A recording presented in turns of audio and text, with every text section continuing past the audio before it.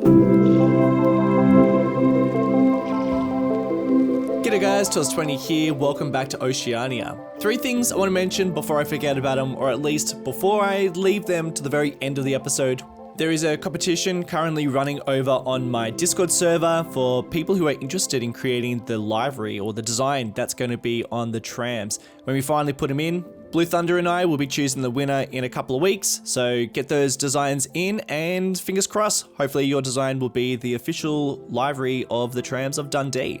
And then while we're on the topic of trams and Discord server, there is also a map of Dundee where I would actually like you guys just to sort of give me a bit of a heads up, a bit of an idea of where the tram line's going to go in the first place, because I don't really know. So that's over there as well. And then lucky last announcement, if you're got any name suggestions, if you see a place you're like, oh, I kind of think that looks like a place that could be called this, or if you have ideas of what is down in that area, or what sort of businesses or history or whatever, I would leave a comment down below potentially, or I'd go onto Discord and check out one of the channels that's dedicated for just all that sort of chat.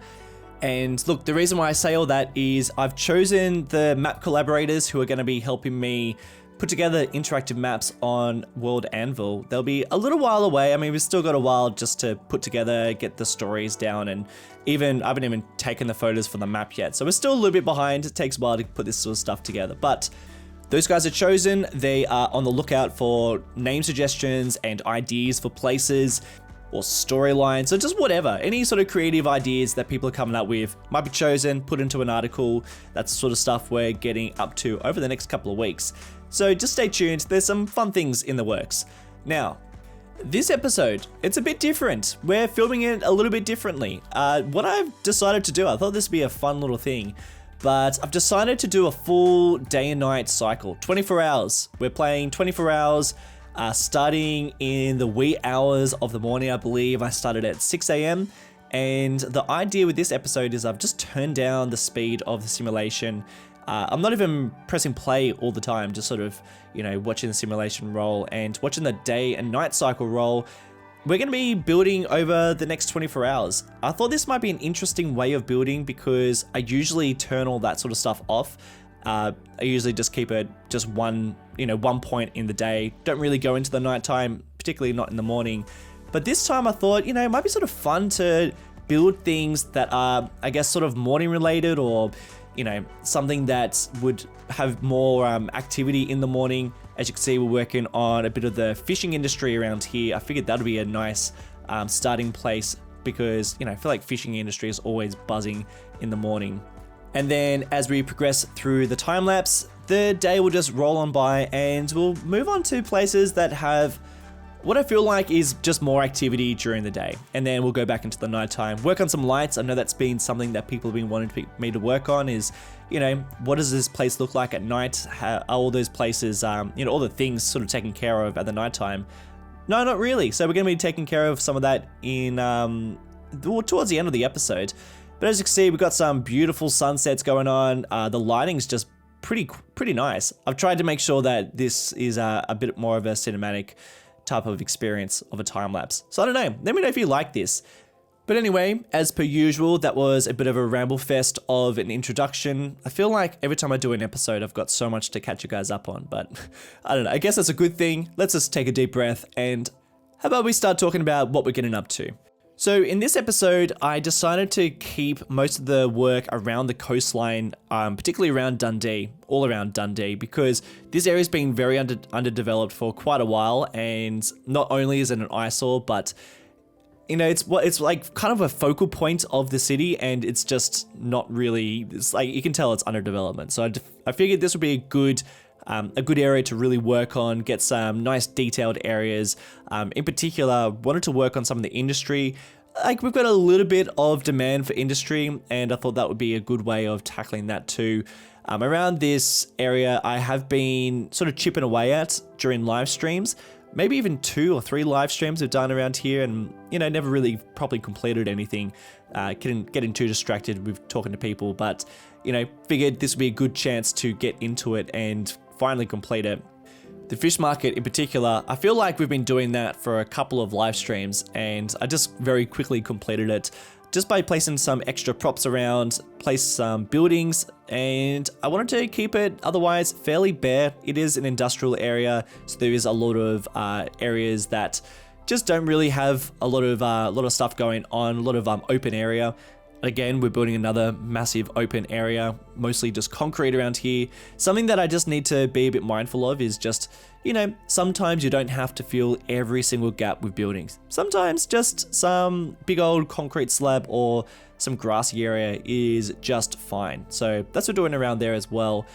I also wanted to finish off some of the shops that sit around here. This is like a very historical, if not the most historical neighborhood of Dundee.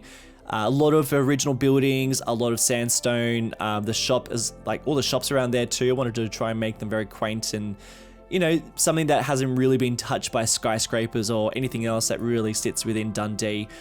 This whole area is inspired by the Rocks and Dawes Point, which I think it's known as down in Sydney. One of my most favorite areas within Sydney because it just feels very untouched. You can catch a train to Wynyard and it's, just skyscrapers everywhere and it's very busy. And then you get down to an area like this, which is like a 10-minute walk. And it's just so quiet and so small, sandstone and old buildings. It's beautiful, right on the water. All this area would have been very undesirable. These houses, very small, very dark. Still are, a lot of them are. And a lot of the houses, or a lot of people who used to live around here would have been workers who worked within all the industry that sits on the water edge. So all the docks and, all this sort of area would have been industrial. And that's just like so cool. I love all that industrial past of Sydney. And I thought, let's do something similar. So that whole suburb is inspired by that. And I wanted this area to still have quite a lot of industry. So Sydney, not so much. Sydney's industrial past, at least all the industry that sits around the city, the CBD, has very much been gentrified and moved out. Dundee, I wanted to have a bit more industry than that. So that's why we've kept a bit of that. So a lot of these ports and docks still in operation. And now it's pretty much daytime. We are now working on some of the, I guess, more touristic areas that sit around here. I did place in a ferry stop. We don't place any ferries in this episode, but I am slowly placing down some more ferry stops so that in the future we will be placing down a pretty extensive ferry network, which unfortunately I didn't really see a huge amount of people using it. Maybe you guys can let me know your experience with ferries within the game, but it's definitely not people's most preferred method of getting around.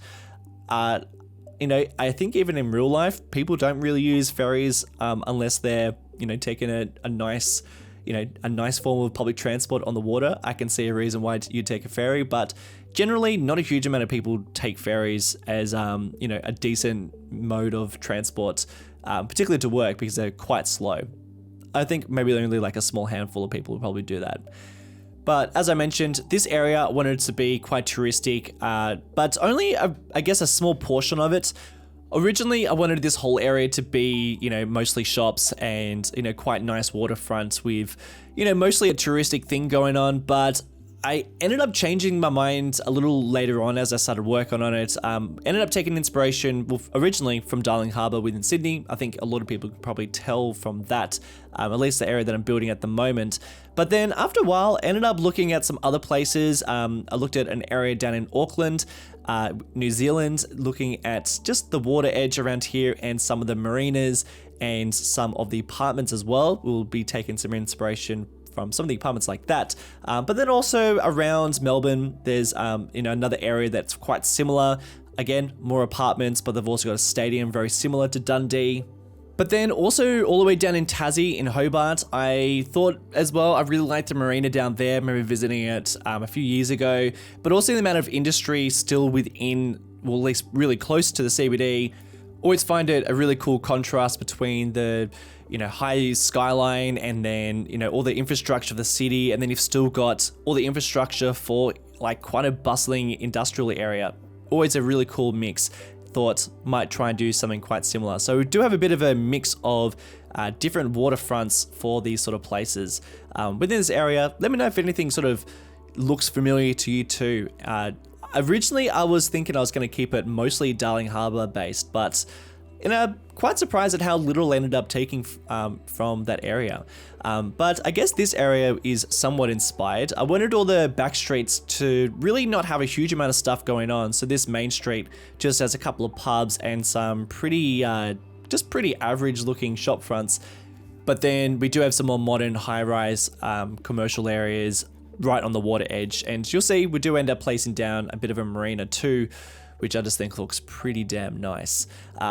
There's quite a lot of concrete at this stage. I do come back and change a fair bit because I did realize there's just a bit too much concrete. I ended up taking a bit more inspiration from places that have a lot more green space around here. You know, it's quite common to replace a lot of the industrial areas for some green space. Sydney did it, and you know, a lot of places around Australia have done the same thing. Big fan of that sort of thing. Love seeing just little hints of industrial past, particularly in areas that are now very modernized and touristic, or, you know, just have a different thing going on, a whole different purpose. I love it. I think it's so interesting. I think that's why I loved New York so much, because there's so much of that going on. But in saying that, I was also very disappointed in some areas of New York, because I guess the Google Earth footage I was looking at of Manhattan was probably outdated, or at least had changed quite a lot since the images were taken. And then when I got to New York, I realized like how much more modern it really was. And, you know, places like Brooklyn and all the docks that sit along the water edge, you know, all parks and, you know, completely changed since I was looking at it, or even some of the photos I was looking at. So I was like, oh, okay, I guess quite a lot of Manhattan has changed, which is fine. It's probably for the better, but I don't know. A bit of me was like, I really thought I was going to see a little bit more, industry, I guess, or a bit more history. Those like real dilapidated areas, I kind of like those sort of areas. I'm going to try and do a bit of that within Dundee. I think you could probably tell I've already put a bit of that. And this whole area that we're building, again, has no name. Got some names, hit me up. I am sort of basing this on the idea that all this would have been industry at some stage. This would have been like a massive industrial hub, and it has since been changed and turned into what it is now, quite a nice area. But I'm trying to like imagine that there's still a little bit of like an industrial past that we are still, taking into account. But as you can see, we have put in that pier. I'm going to add a couple of extras, but it's really mostly just for some rich guy boats, some pretty big boats, in fact, that are probably for people who, I guess, have enough money to keep their boat in a nice part of Dundee like that. We will end up putting in some apartments, and they're going to be pretty nice in a really nice part of town. So, you know, maybe they might be potentially owned by those guys, or I'm sure there's some other areas that are potentially even nicer. We have put in another ferry stop. You know, figured we should probably put one pretty close to the stadium, to the Olympic Park. We're going to be doing some work over there, by the way, in a little while when it gets a bit darker. And then this pink building here, I mean, I was trying to find a building that was going to fit in really well, and I did have to use procedural objects just to squeeze it in a little bit better, change a bit of the shape of it. But I mean, in terms of angles, that is pretty nice. That is about as nice as it gets. And, you know, this train station that sits underneath the highway, I just kept it super damn simple. I really, really just detailed that up with a couple of trees. But, you know, there's no decals there. There's nothing else that really stands out. I kept it simple as, and I kind of need to do that sometimes because I feel like we're just spending a little too long in some areas. You know, some areas that I just detail up so bad, and then outside of the episode, I never really revisit. And I'm always like, why did I spend so long detailing that up? Was it just for that episode, or will I ever return to that area? So I just kept that one pretty simple, because let's get a wriggle on. We got those apartments there, super modern. This whole area would have been so recently gentrified. I reckon there would have been rail that goes all the way through here. And, there is that big building that sits right within the Bay Area. So, you know, I'm sort of imagining that was once a pier, probably for industry, and has just been repurposed. Now there is like a whole apartment block sitting on there. And I thought the shape of that was pretty good. I mean, that's about as perfect shape as I could have ever imagined. One of those, you know, I find it so amazing that you can just, I have an idea of what I want to place there, and then it just takes a little bit of scrolling on the Steam Workshop, and then eventually I'll find something that works pretty well, and that worked really, really well.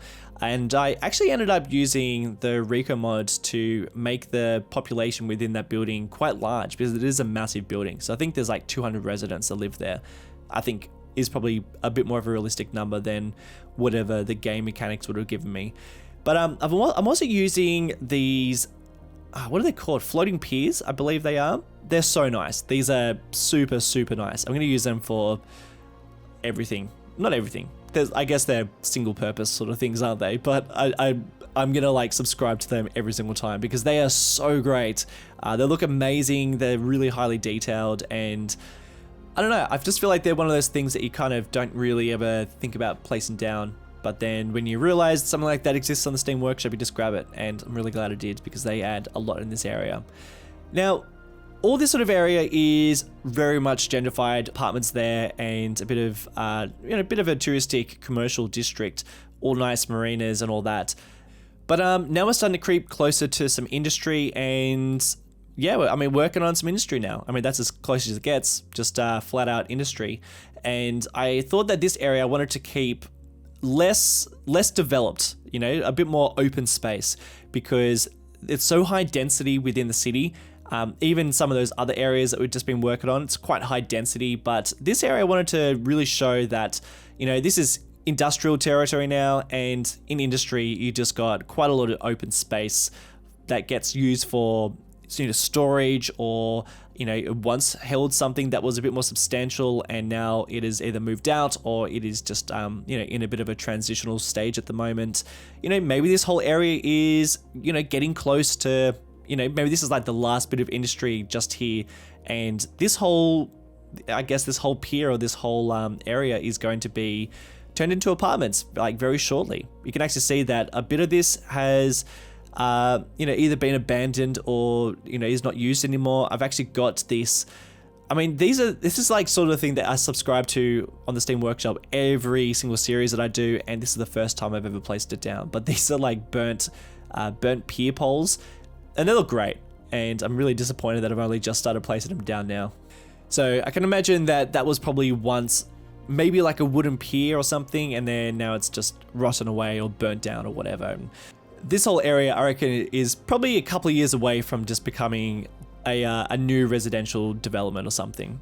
But at the moment, it is still industry, just on the fringes of the other industrial area. And I wanted just to have a pretty dingy, smelly old beach that's going to sit over there. Not the sort of beach you'd go and swim at. Probably the beach you'd, maybe hold your breath as you drove past. We are also heading towards the airport. Like, the airport is out that way, and the port will be the next thing that we end up, I don't want to say end up building, but it's pretty close. I don't know if we build that next. Maybe we do. Do we build it next? I was sort of thinking about maybe getting out of the city in the next episode. I don't know. We'll see. We'll see what we get up to. Had this big open area, and trying to keep it fairly open, but also trying to think about what I could just sort of drag around or place around in that area. And, it turns out that I really needed to drag out a power line, because our wind farm is over on the headland, and we hadn't properly, we had it connected, but it wasn't properly connected. So I ended up just using that, and it looks nice. I said before, but I am slightly obsessed with power lines at the moment. And then to, I guess, complete our daytime area, or at least our afternoon build, I also wanted to do a bit more detail around the Holt Bridge. Are we going to call it the Holt Bridge? We're going to call it something else. But there's a whole bridge, and I wanted to just, I guess, keep it pretty similar to what it's doing in Melbourne, because I think it looks really cool how, it's only just, sort of like just touching a low or shallow part of the land, but still a little bit submerged in water. Thought it was really cool, so placed down some rocks there, and there you go. I thought that was a pretty neat looking area. But it is afternoon time, the sun is definitely going down. We are starting to work on some of the lights or some of the signage that sit around the stadium. Somebody did mention that I should name the big stadium after the main, or one of the main banks within Dundee. This is based on ANZ Stadium, and I figured that would be, this is pretty close. This is a parody of ANZ, but this is the Dundee version of that. And then I also changed the name of the tennis stadium, but I'm not really sure about that sign. I don't know if it really fits. I just didn't really have anything or any other options, unfortunately, so I just kind of left it at that. But it is pretty much nighttime now. We're going to start working on some lights, which was something that we desperately needed and has been very long requested. First things first, I just wanted to fix up a bit of the tunnel because it's a bit of a custom tunnel that the metro goes through. So just fix that up just a little smidge. And then I just sort of started like looking around the city and thinking what really needed some lights. Some areas were pretty well lit, and then some other areas I thought could use a bit of customizing. So Holt Bridge, thought some spotlights really illuminating the pillars there. Thought that would look pretty sweet. And then they also reflect a bit onto the rocks, which look really nice because then you can see the rocks a lot better out of the water. I actually really love that little rocky area down there. And I actually think we should probably, I don't do this in this episode, but I think adding some lights on the bridge the main bridge that goes over the main body of water, I guess, over the other side of the bay. In real life, that's known as the Anzac Bridge, and I think we keep it like that. I think it's, I think it'd be a nice thing to do just to keep it as the Anzac Bridge. So we do not have any lights that are a bit more custom on that bridge, so we'll have to do that at some stage. At the moment, you can see I'm adding in some interior lights for the tunnel that goes through the building that we built a little while ago. I think this looks way better. Should have done this ages ago. I'm not sure what happened to the footage of me actually doing this, but I added in this colorful light pattern on that big building over there, the police academy, which I don't know what happened to that footage. I must have deleted it by accident, but I think it looks quite nice. They, something like this is like a bit of a feature. I wouldn't mind putting somewhere else, but I'm not really sure whereabouts. I think that works really nice at that spot just because it is like front and center, of the water area, which I'm so glad we finally got to because it was an area that just did not look nice. And it's a shame because it's one of the front and center parts of Dundee. So now we've actually got something that looks a little bit more complete around here. I think the next part I would like to do for Dundee would probably be the port. But you guys let me know in the comments. I'm going to open up Mile Bay now and work in there. So it's really up to us which area we end up building next. But what I'm doing at the moment, one of the last things we're going to be doing is I wanted to add some aircraft lights on top of the main buildings of Dundee. These are great. I mean, they're such a simple thing to add, but I think they add so much realism and they just look so great. So from a distance, you can see these red lights on top of these buildings. A little harder to place than I originally thought they were going to be. So lining them up with all the pillars and all the poles and just the corners of the buildings, kind of tricky, but I think it turns out pretty nice. And then the last little thing I wanted to do is get out of the city, get back to this lighthouse and actually give it a rotating light, which is just a custom effect that I grabbed from the workshop and it looks pretty nice like that. But guys, that is it for today's episode. Thank you so much for watching, very much appreciated. It was fun to do a 24-hour build and you know what, I kind of want to do something else like this down the track. So if you got some ideas, hit me up. If you're enjoying the content and not yet subscribed, I encourage you to do that. That'd totally make my day. And if you want to go the next step further and wants to support the channel like these wonderful people have, then you can check out my Patreon page. It definitely helps me to release videos like I do as frequently as I do, even though it's just kind of like once a week at this stage. But yeah, hugely appreciate the people over there supporting the channel. Eckhart's Ladder, Matthew Harrison, Spencer Hitchings, Irfan Abdurixik, Tjorvans, Ian Bezaintnote, Timothy Haitian, Joe Preston, Jake, and RJJ14. Guys, thank you all so much for your support, and I'll see you in the next one. Bye!